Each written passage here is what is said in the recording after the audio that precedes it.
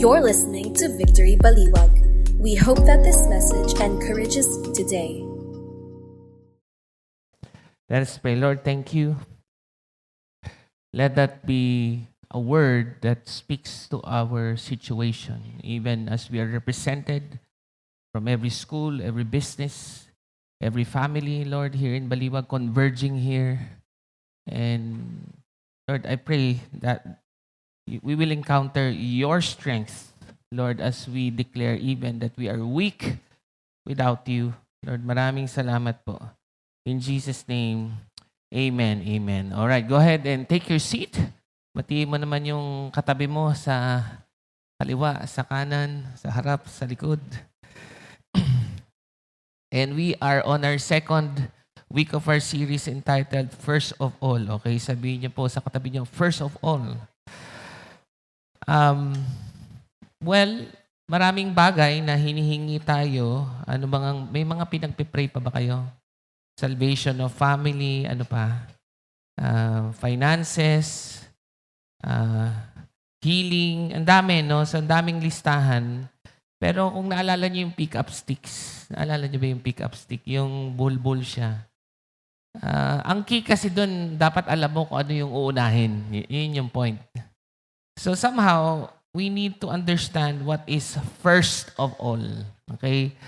So itong verse na to, nanggaling talaga, kung hindi nyo alam yung context, medyo mahaba, pakinggan nyo na lang yung podcast.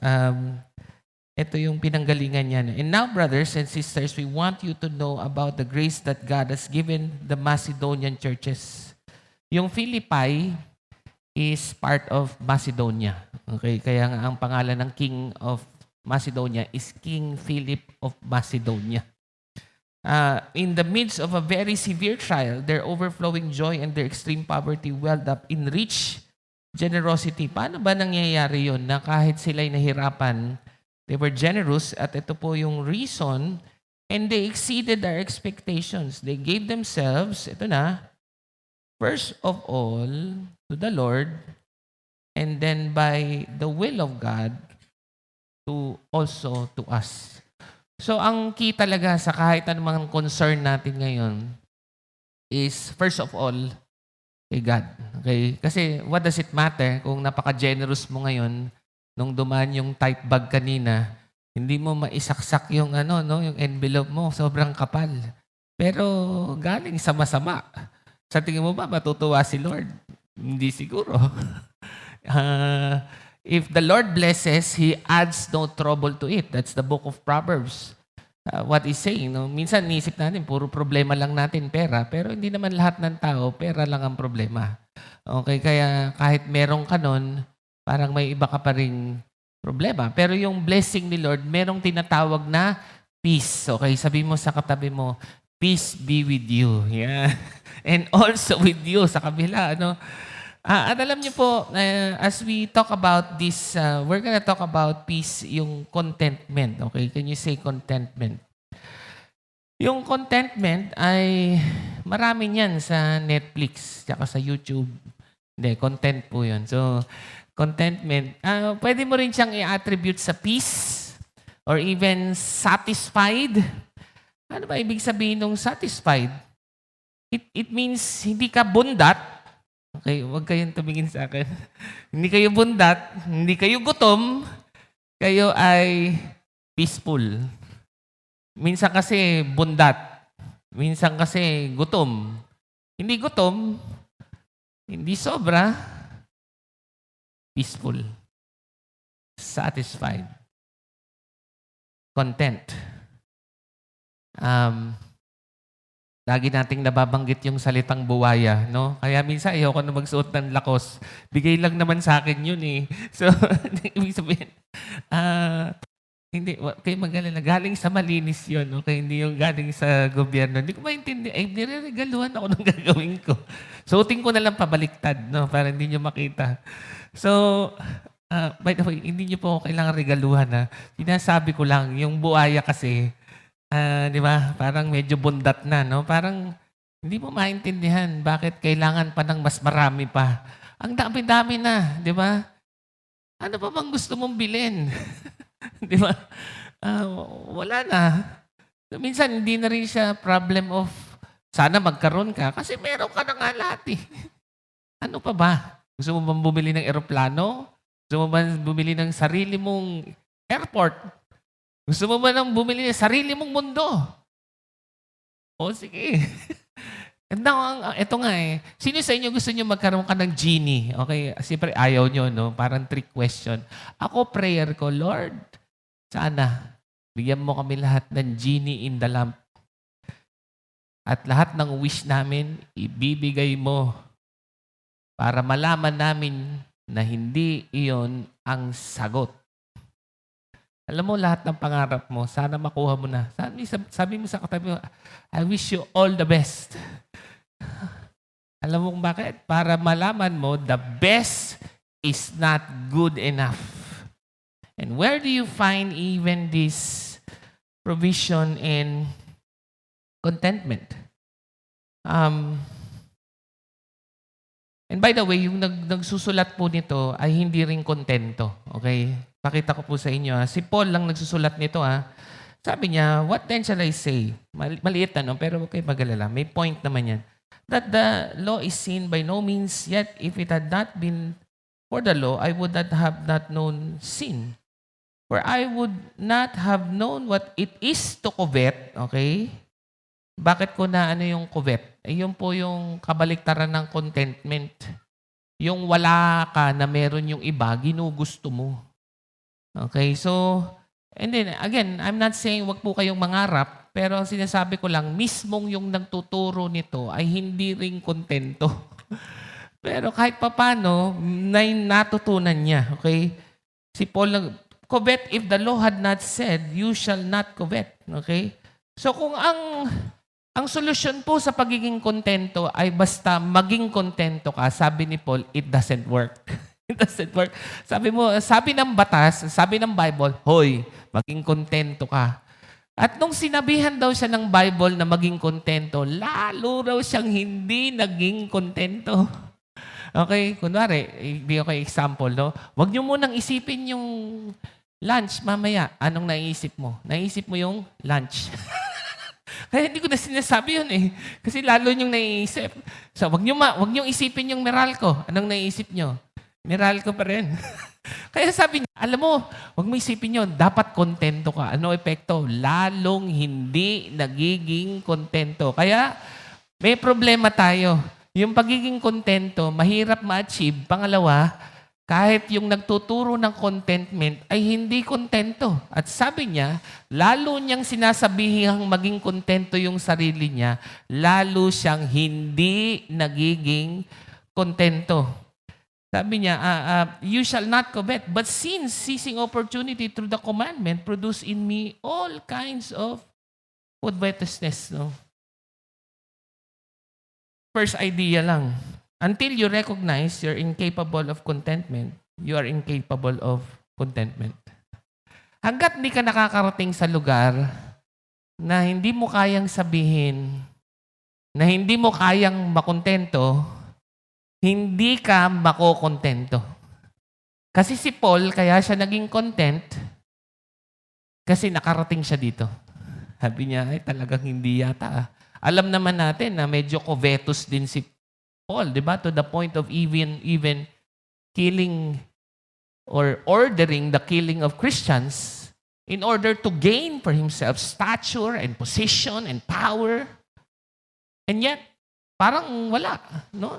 It seems na nung nakilala lang niya si Jesus, doon lang siya naging kontento.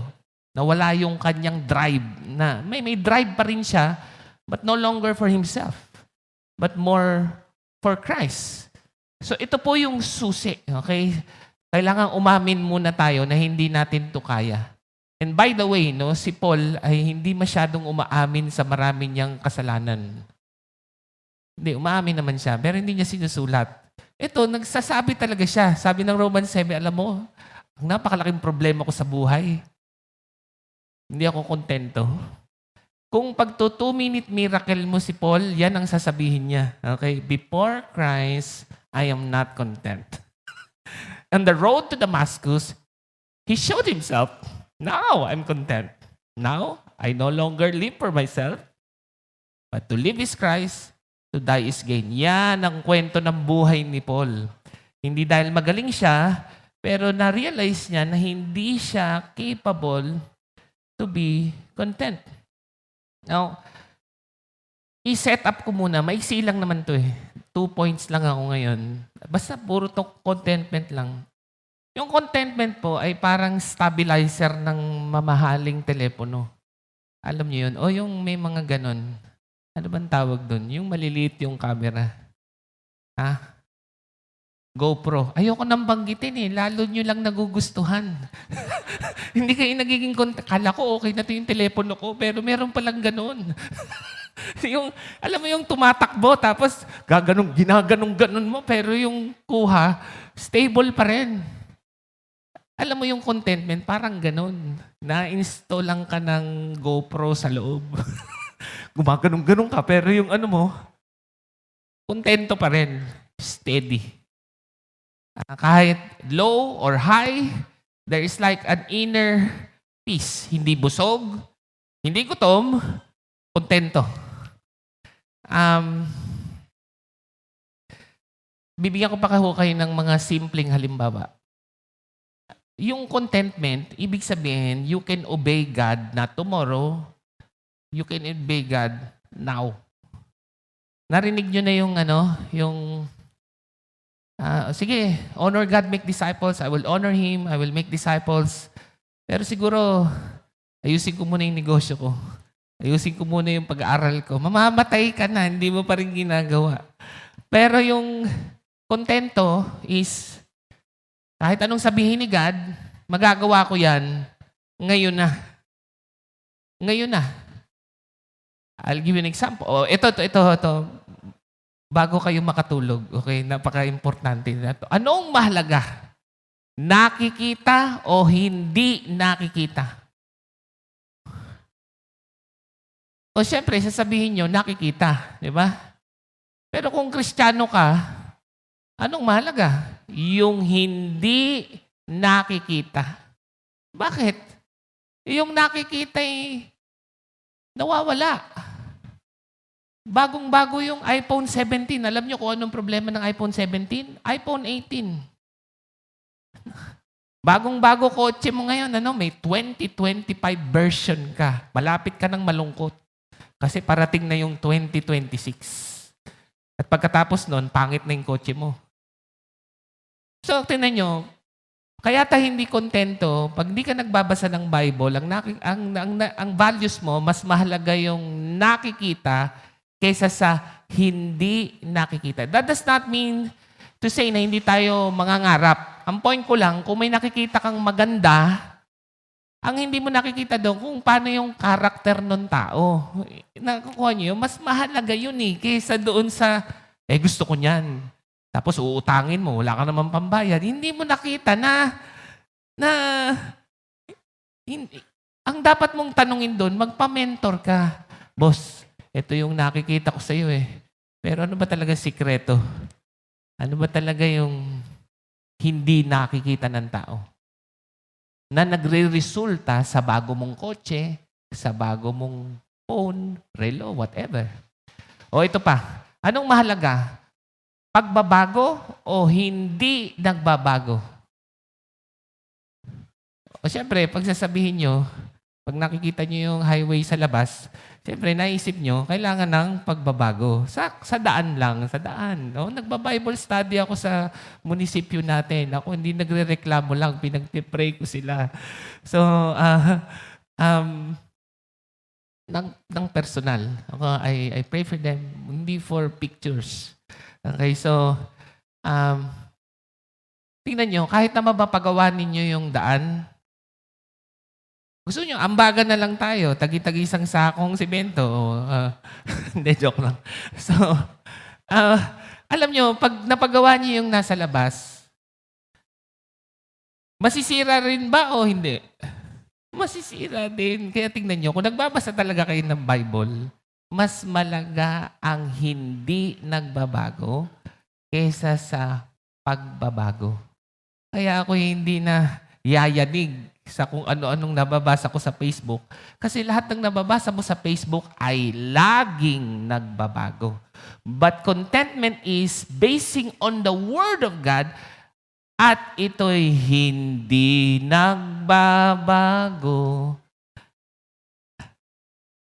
I'll give you an example, no? Victory Bustos, nakakatuwa. Alam niyo yan kasi nag-uusap tayo eh. Kala niyo nagbibiro lang ako. Sabi ko, magbi-victory group ako doon. Every Friday. Kita tayo doon. Hanggat hindi nagkakasimbahan dito, hindi tayo hinto. Nagtitiwala ba ako sa kakayanan ko? Sigurado ba akong mangyayari yun? Hindi. Pero tignan niyo, nakatingin ako sa hindi nakikita. Excited ako doon sa wala. Kasi ito, meron na to eh. Ang tanong ko nga kay Lord, ano pa? Hindi naman dahil hindi ako kontento, alam ko lang na marami pang gustong gawin si Lord. Hindi para sa akin, pero para sa ikalalago ng kanyang simbahan. O tingnan nyo, sigurado ba akong magbabago para magkaroon ng simbahan? Hindi. Anong daladala ko sa Bustos? Ang daladala ko ay ang hindi nagbabagong salita ng Diyos. At dahil hindi nagbabago yung salita ng Diyos, hindi rin ako nagbabago ng DG tuwing 7 p.m. Friday. Hanggang ngayon, tinutuloy ko yun. Kasi ang pangarap ko, makakita ng second service sa Bustos. Hindi na ako excited sa 10 o'clock. 1:70 na yung ma-attend dun eh. Sabi ko, ganun lang ba yung kabilis? 1:70 na. Second service. Bored lang yata talaga ako. No? Ganun tao. Hindi, pero ganun talaga yung faith. Ganun yung content. Hindi para sa sarili. Pero para makita yung glory ni God. Kaya, ito yung point. Ang contentment, ibig sabihin, kaya mo kung sumunod kay God, ngayon na. Hindi bukas. Tingnan nyo yung mga pagtagal-tagal nyong yan. O tingnan nyo ha, anong sabi ng Bible? Your body is the temple of the Holy Spirit. So mahalaga ba yung katawan? Kailan mag-gym? Kailan magpapacheck up? Tsaka na lang. Hindi pa ako kontento eh. Hindi. If your body is the temple of the Holy Spirit, you can obey God. Now, alam nyo, mukha lang akong ganito, no? Pero ipapacheck up ako once a year. Nag-gym din ako. Malapit nang umepekto yan. Konti na lang. So, pero ang hope ko kasi hindi naman yung gusto ko ba may six packs ako. Kahit hindi yun mangyari, ang hope ko kasi my body is the temple of the Holy Spirit. Hindi yung nakikita. Ang hope ko yung hindi nakikita. Ano pa?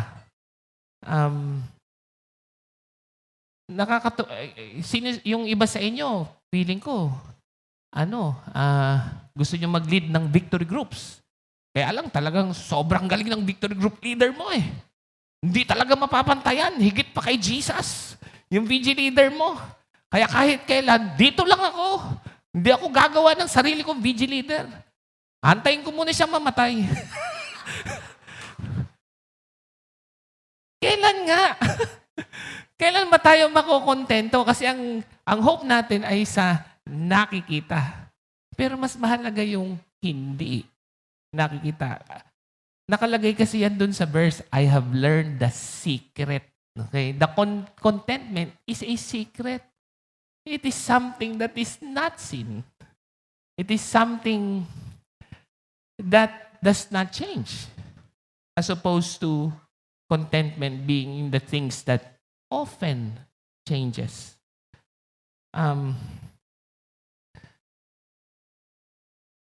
Yung contentment, nanggagaling talaga yan sa first of all. Sabihin nyo ulit, first of all. O, balik tayo, no? Ang 10 Commandment ay thou shall not covet. Yun yung kabaliktaran ng contentment. Pero yung first commandment is you shall have one God, loyal to God. So, the first commandment is the first commandment because it is the first commandment. Kaya siya una, yun ang dahilan ng lahat. Kunwari, thou shall not steal. Dahil hindi ka kontento kay God, so, magnanakaw ka. And you might say, hindi ka magnanakaw. And yet, minsan, mahirap basahin yung Malakay 3:10. Di ba? Sabi, will you rob God? Hindi ko po issue yung mag-tithes. Wag na kayo mag-tithes. Sorry, hindi ko yun sinasabi. Basta, weird kasi, dahil ako yung pastor, hindi ko naman din kinukuha yan. Ang point ko, ang issue hindi yung nagta-tithes ka ba o hindi. Ang issue dyan, mas malamang yung hindi nakikita. And that is, wala ka na talagang relasyon kay God. At evident yan sa pang-araw-araw na buhay mo.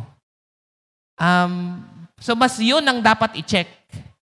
Kung meron ka bang daily na relationship kay God, kaysa dun sa nagta-tithes ka ba o hindi. Okay, kaya napansin nyo, wala nag-check. Bakit? Ang chine-check dito yung relationship kay God. Because first of all, the first commandment is the first commandment. Because it is the first commandment. Para na lang may ito na, pag nakuha nyo po ito, gets nyo na. And then we'll himayization the verse and then we'll pray. Yung pong lahat ng gusto nyo sa buhay is the icing, not the cake. Naiintindihan nyo to? Ito po yung icing, hindi po ito yung cake. Si Jesus yung cake. Lahat yan ay icing lang. So kung let's say meron akong iPhone 17 Pro Max Yester, 3 terabyte. 3 terabyte, meron bang gano'n? Meron akong gano'n. So let's say hawak ko, no? Huwag niyo ako bibigyan nito, ha? Babatuhan ko kayo. Niloloko ko, ina-explain ko lang. Kasi yun yung sikat ngayon, eh. So ngayon, pag natutulog ka, halos katabi mong gano'n, nakaganon pa. So, hindi, pero ito, kunwari hawak ko yung iPhone 17 Pro Max Yest. The most maxiest phone. Ang sasabihin ko kay God ganito, Lord, salamat sa icing, pero ikaw yung cake. Kung bukas mawawala ito, okay lang. You are more than enough. Yun ang tama. Ang madalas, ang nakikita natin, yung icing. O, tinan mo, yung business mo, is that the icing or the cake? It's the icing. O, ito, medyo mas seryoso. Yung asawa mo, is it the icing or the cake? It is the icing.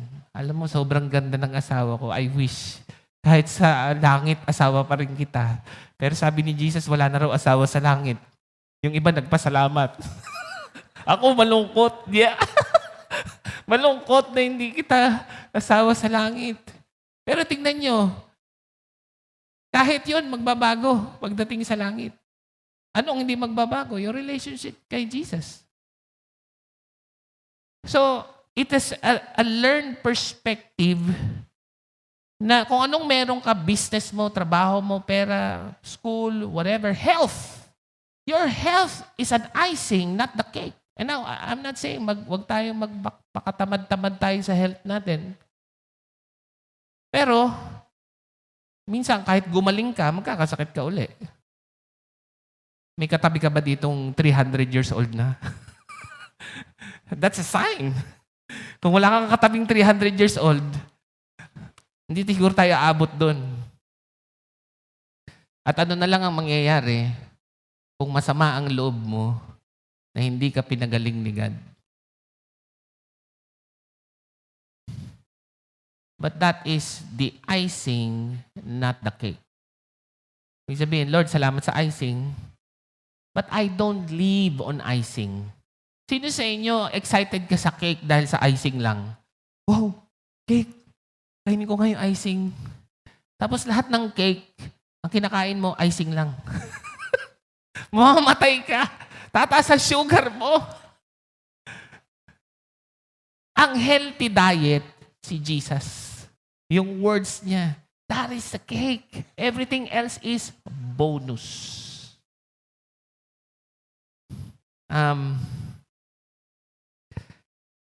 Marami pa po yung iba sa atin.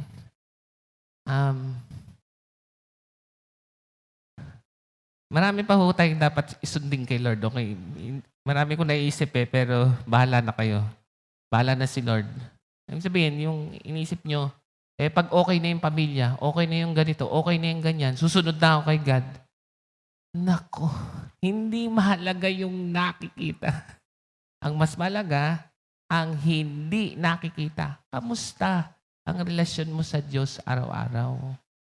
At yun ang dahilan kung bakit hindi ka kontento sa pagsunod kay God ngayon na. Pero yung makamundong mga gawain, iuutang mo pa yan. Tapos sasabihin mo, hindi handa. Hindi ako handang sumunod kay Lord, pero handa akong mag-Shopee Pay. So hindi talaga problema yung resources. Ang problema talaga, puso, mga kapatid. Our focus is on the icing, not the cake. Wala pa po kong slide. Nasermonan ko na kayo lahat. Paano pa kaya pag nagka-slide na ako? Pero ito ang hope, no? Ang hope is, ito nga, na si Paul mismo ay umamin. So pinapaamin ko lang tayong lahat na hindi nyo kayang maging kontento. Si Paul nga hindi niya kaya Ikaw pa. Pero meron pong solusyon. Again, what provision and contentment is. Basahin natin yung verse. I rejoice in the Lord greatly that now at length you have revived your concern for me. You were indeed concerned for me, but you had no opportunity. So ito, tingnan nyo.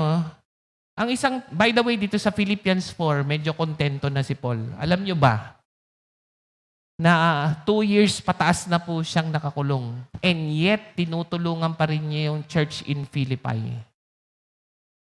Mga churches. Ibig sabihin kung sa tingin mo, hindi ka makakaserve kay God, ngayon, dahil may kulang pa sa'yo, ito 2 taong higit nang nakakulong, nagsiserve pa rin sa church.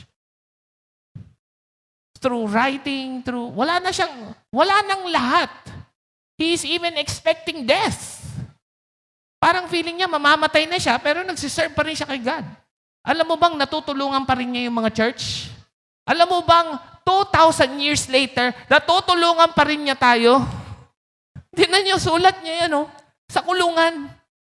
Pero it is encouraging all of us. And yet we say, we don't have anything. We can't obey God now. We're not yet content. But everything else is an icing. Jesus is the cake. And ang taong kontento assumes the best in others. Tingnan niyo to nakakalimutan na siya sa kulungan. Pero sabi niya, alam ko naman, lagi niyo ako naiisip. Kaya lang, wala kayong pagkakataon. Tingnan niyo, ang totoong kontento assumes the best in our brothers and our sisters. Kaya ako, hindi po ako makasakay na minsan, mga kapatid natin sa pananampalataya, tayo pa yung unang, hayaan nyo na yung korte kung ano sasabihin nila. Pero napakapangit nito. Kapatid sa Panginoon, tayo pa nauuna. Alam nyo kung bakit tayo ganon? Madalis tayo magreklamo sa kapwa kapatid kasi ikaw mismo hindi kontento.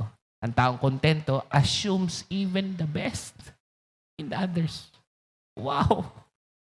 That doesn't even speak to the person. It speaks to you. Bakit ba? Sobrang galit na galit ka sa kanya. Bakit di mo tingnan yung iyong sarili? Not that I am speaking of being in need. For I have learned, by the way, hindi siya kontento, but contentment is something that you learn. What do you learn? That you are incapable of contentment apart from the grace of God. You will learn that you cannot be content. In whatever situation I am, I know how to be brought low and how to abound.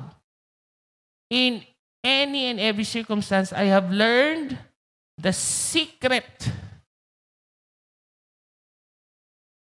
It is not what you see that is important. It is what you do not see. And that is your personal relationship with Jesus Christ. Tingnan nyo, Bakit okay sa kanya na marami, okay sa kanya na konti? Kasi hindi naman yung icing, yung cake. Tingnan nyo, may problema ba sa inyo kung konti yung icing? Okay lang, basta may cake. Okay ba sa inyo na, o kunwari, yung milk tea, di ba? Meron pa yung mga 20% sugar, zero sugar, gano'n, no? Ngayon, magagalit ka ba kung 0% sugar? Hindi, basta may milk tea, di ba? Minsan, 100% yung sugar. Walang problema, basta may milk tea. Ganon din sa cake. Kahit konti yung icing, kahit marami, basta may cake. Ganon si Paul. Hindi yung, ang nakikita ng tao ay yung icing. Pero ang mahalaga, yung cake.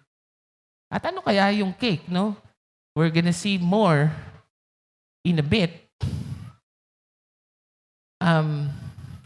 Yung secret po comes from the Greek word mysterion, no? Mystery. Something that is not seen. Basahin ko lang, no? Kung kaya niyong buksan sa Bible nyo. 10 Commandments to. Ibig sabihin, hindi ito nababago. Hindi po ito na gagawa ng amendment sa konseho. Hindi ito na-amend. Okay? Tingnan niyo yung Exodus 20:17. You shall not covet your neighbor's house. You shall not covet your neighbor's wife, or his male servant, or his female servant, or his ox, or his donkey, or anything that is in your neighbors. Una, yung wife. Ano yung mga...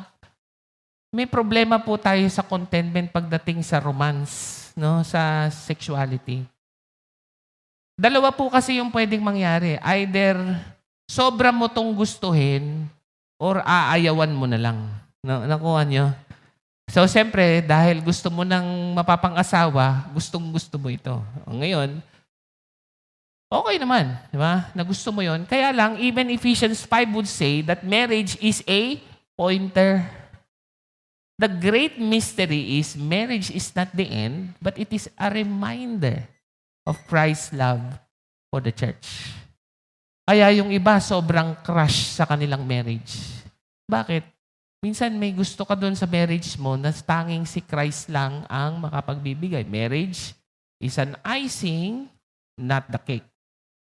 Ngayon, pag hindi mo nakukuha, aayaw ka na lang. No? Ang problema po doon sa aayaw, you will submit to lust. Nakakuha niyo yun? Pag di mo nakukuha yung gusto mo, kukunin mo na lang ito para sa sarili mo lamang. Bakit hindi natin kailangan mag-result into lust? L-U-S-T. Because sex, marriage, is an icing, not the cake. Kaya para kunin mo yan at masira ang buhay mo, mali ang pangunawa. It is the secret, not what is in the flesh. Okay, so, ano pa? Possessions. Diba? You shall not covet your neighbors, basta possessions, so romance, sex, money. Ang problema nga po ay yung bagay kasi napapalitan eh. So pwede rin gusto mo mag-ano ka na lang. Sino nga yung nakatira na lang sa bundok? Anong tawag doon? Mag-ermitanyo ka na lang kaya, no? Parang, uy, may iPhone 17 Pro Max ako. Uy, teka, punta ka sa bahay mo. Meron pa rin akong rotary phone. So, extremes yun, ano? Lagi kang sumusunod sa trend. O gusto mo, maiiwan ka na lang ng panahon. Hindi. Ang dapat, mga kapatid, is whatever you have, use it for the glory of God. Hindi yung meron ka but whatever. Yung phone points you to a desire that you can only have in heaven with God. Tingnan nyo kahit iPhone 14 Pro Max yung phone mo, pag tinawagan mo yung asawa mo, naiinis ka pa rin ba na hindi sumasagot? Mahal-mahal lang nung telepono natin, hindi ka pa rin sumasagot. Tingnan nyo, kahit mahal siya, hindi naman problema yung phone eh. Ang problema yung kausap. Tingnan nyo, the phone, yan ang pinakamahal sa ngayon. Sasakyan. That points us to heaven. Bakit? Ang goal talaga natin, gusto natin, lagi mong kausap si God. He is for you and you are for Him. Tingnan nyo, endless communication. Ibig sabihin, kung anong meron tayo, that should point you to eternal desires. Kotse. Bakit ayaw mo ng traffic? Kasi walang traffic sa langit eh. Sa tingin ko, mawawalan lang ng traffic talaga sa langit. Yung lubak. Bakit ba ayaw ko ng lubak? Kasi sa langit daw, sabi ng Great White Throne, ang daan ay ginto. Wow. Siguro paminsan-minsan makakaranas ako ng smooth. Pero balang araw, magdadrive ako sa langit. Totoo yun. Your desire should point you to eternal desire. Sabi ni C.S. Lewis, if you find in yourself desires nothing in this world can satisfy, it might be that you are made for another world. We are made for another world. Kaya mahirap maging kontento sa mundong ito. Kasi hindi ka gawa para dito. At kung meron ka mang ginagawa para dito, it is to bring glory to God. Sabi pa ni Blaise Pascal, there is a hole in your heart that only God can fill. Meron daw pong butas na kahit lagyan mo ng iPhone, ng sasakyan, ng pera, butas pa rin eh. Because you're putting a triangle in a circle. Ang kailangan mong ilagay sa circle hole ay circle din. Hindi po masamang mangarap. Hindi ko po sinasabing maging one tamad po tayong lahat. Pero don't focus too much on just the icing. I hope the cake is expanding. Ano ba naman po ang silbi ng buhay na yung cake mo, ganun lang, ang icing mo, 1 kwarto. Lumalaki yung icing, lumalaki din yung cake. Yun ang mahalaga.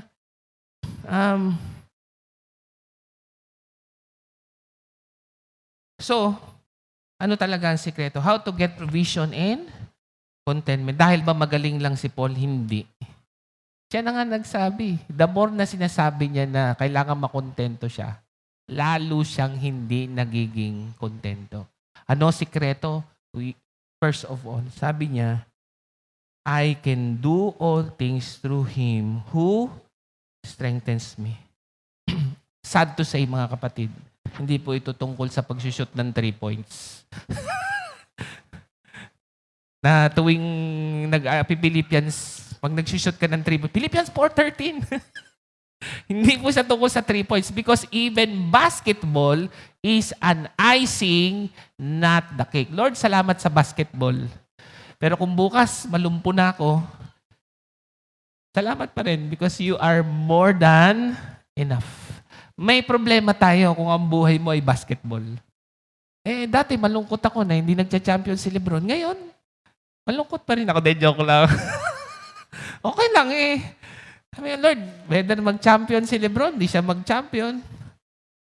Salamat pa rin. I can do all things through Lebron. Hindi. Through Christ. It is union with Christ that is the key to contentment. Hindi nga union with your spouse eh.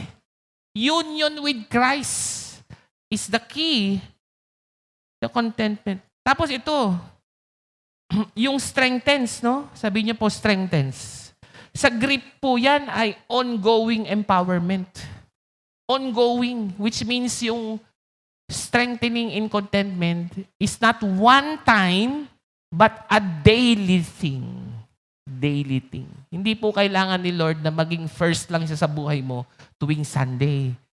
Ang kailangan sa contentment, siya ay una, araw-araw.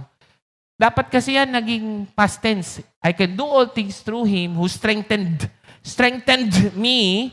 But in Greek, it is ongoing, not a one-time thing, strengthens me.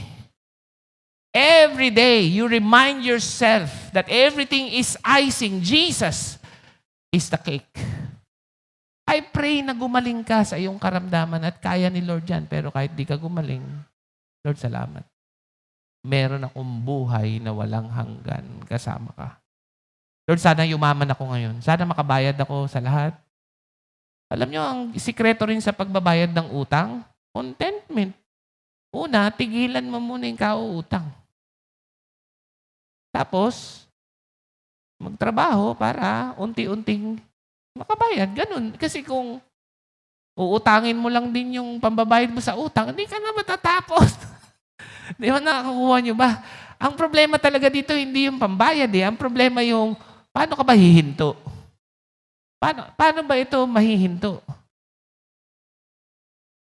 Ang kailangan makafocus hindi sa icing, kailangan dun sa cake. Si Paul nga, nasa kulungan na, tumutulong pa rin. He knows how to obey God, even when facing death. Hindi po ang identity niya nasa asawa. Bakit? Si Paul namatay, walang asawa. But he knew Christ is his spouse. Wala man ako naging asawa dito. Again, hindi po sinasabing mag-single po tayo. No? Hindi po yun. Kung may desire kayo, pag-pray nyo kay Lord. Pero sana, yung heart natin, Lord, ibigay mo, hindi mo ibigay. Salamat. Basta nandiyan ka.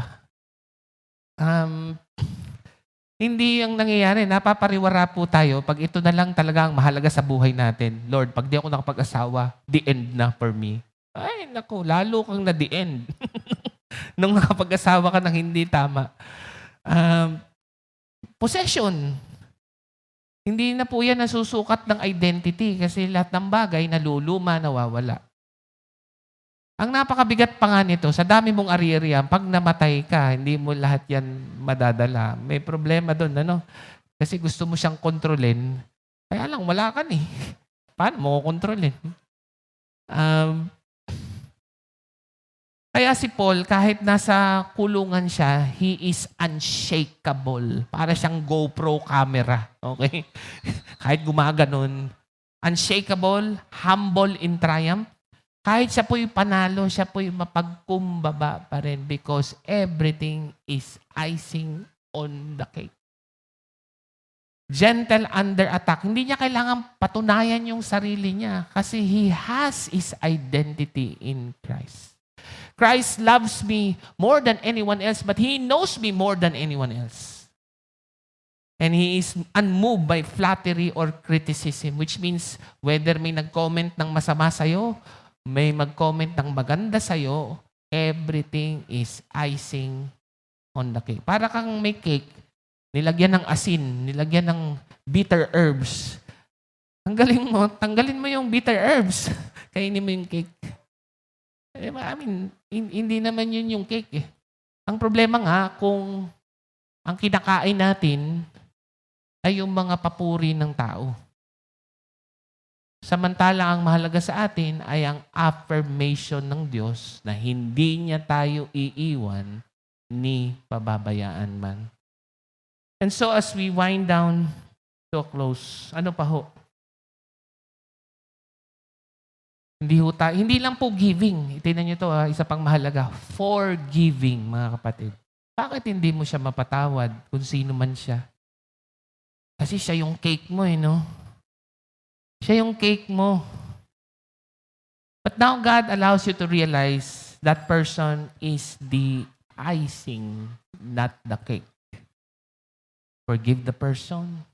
You can do all things through Christ who strengthens you. Amen? Why don't we all stand as we respond in worship?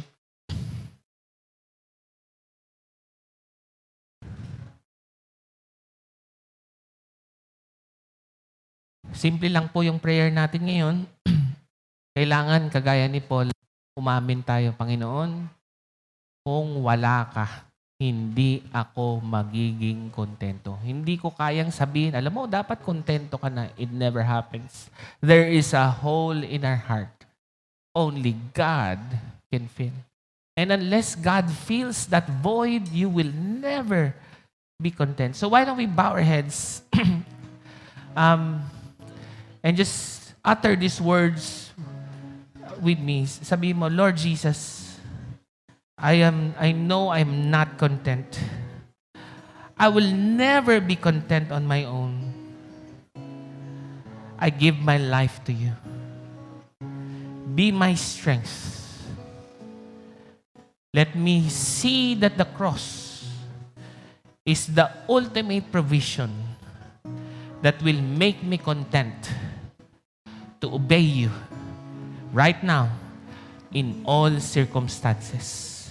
Lord, maraming salamat po for being first in our lives. In Jesus' name, amen and amen. Let's worship God. Thank you for listening to Victory Baliwag Podcast. Follow us at Victory Baliwag on Facebook and YouTube for more details as we honor God and make disciples.